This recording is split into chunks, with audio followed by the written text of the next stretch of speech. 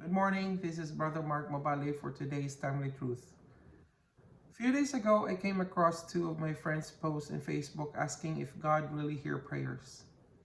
They were probably at the point of their life where they experienced too much pain or trials that they can no longer bear. They tried to question where is God in all of their situations. Maybe you are feeling the same way. Life is so shaky, it's not going the way you want it to, and no matter how you pray to God, your situation just keeps getting worse. You wonder what God could possibly be doing when life is getting unfair. You might even wonder if God really exists or He just abandons us completely.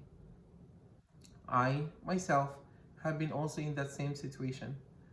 There was a time in my life when I prayed for years for something I so desire and thought would give me a better future, but God didn't seem to care to answer.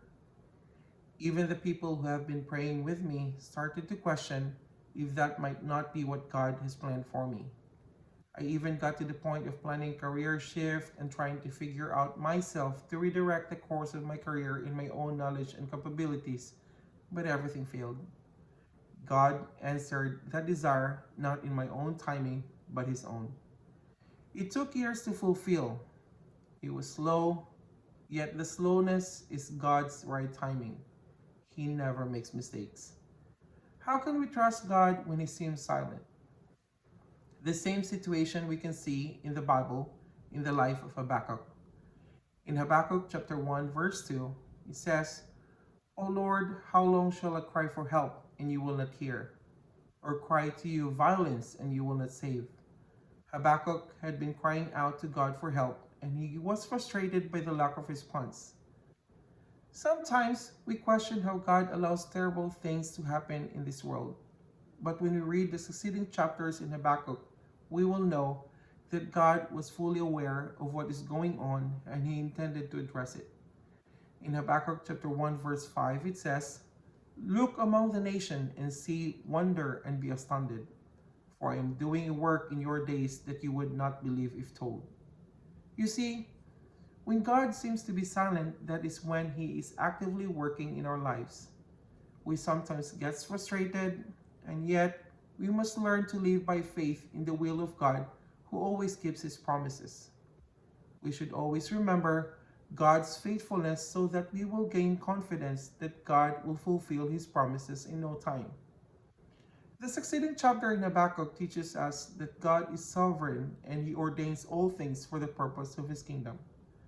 Our response to our trials and testings comes from our limited vision and knowledge about God. We are focused on the world and what is happening around us, but God is directing everything to bring about His glory.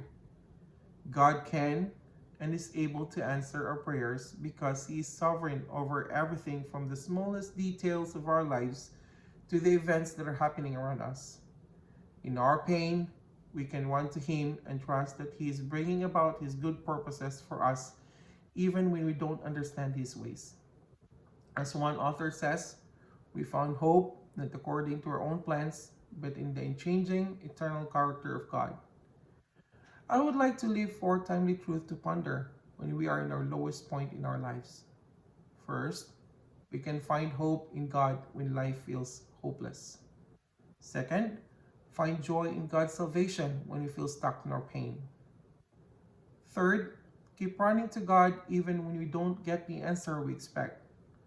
And lastly, wait for God's promises to be fulfilled even when our suffering feels endless. We may be in our darkest days and we wanted God to intervene, and yet we thought that God is so silent.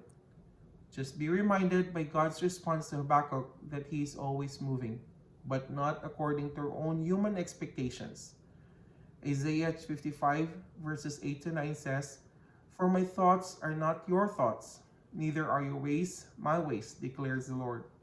For as the heavens are higher than the earth, so are my ways higher than your ways, and my thoughts than your thoughts.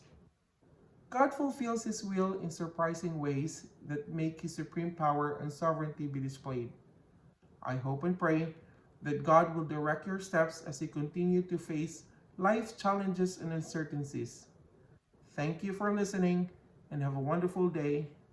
God bless.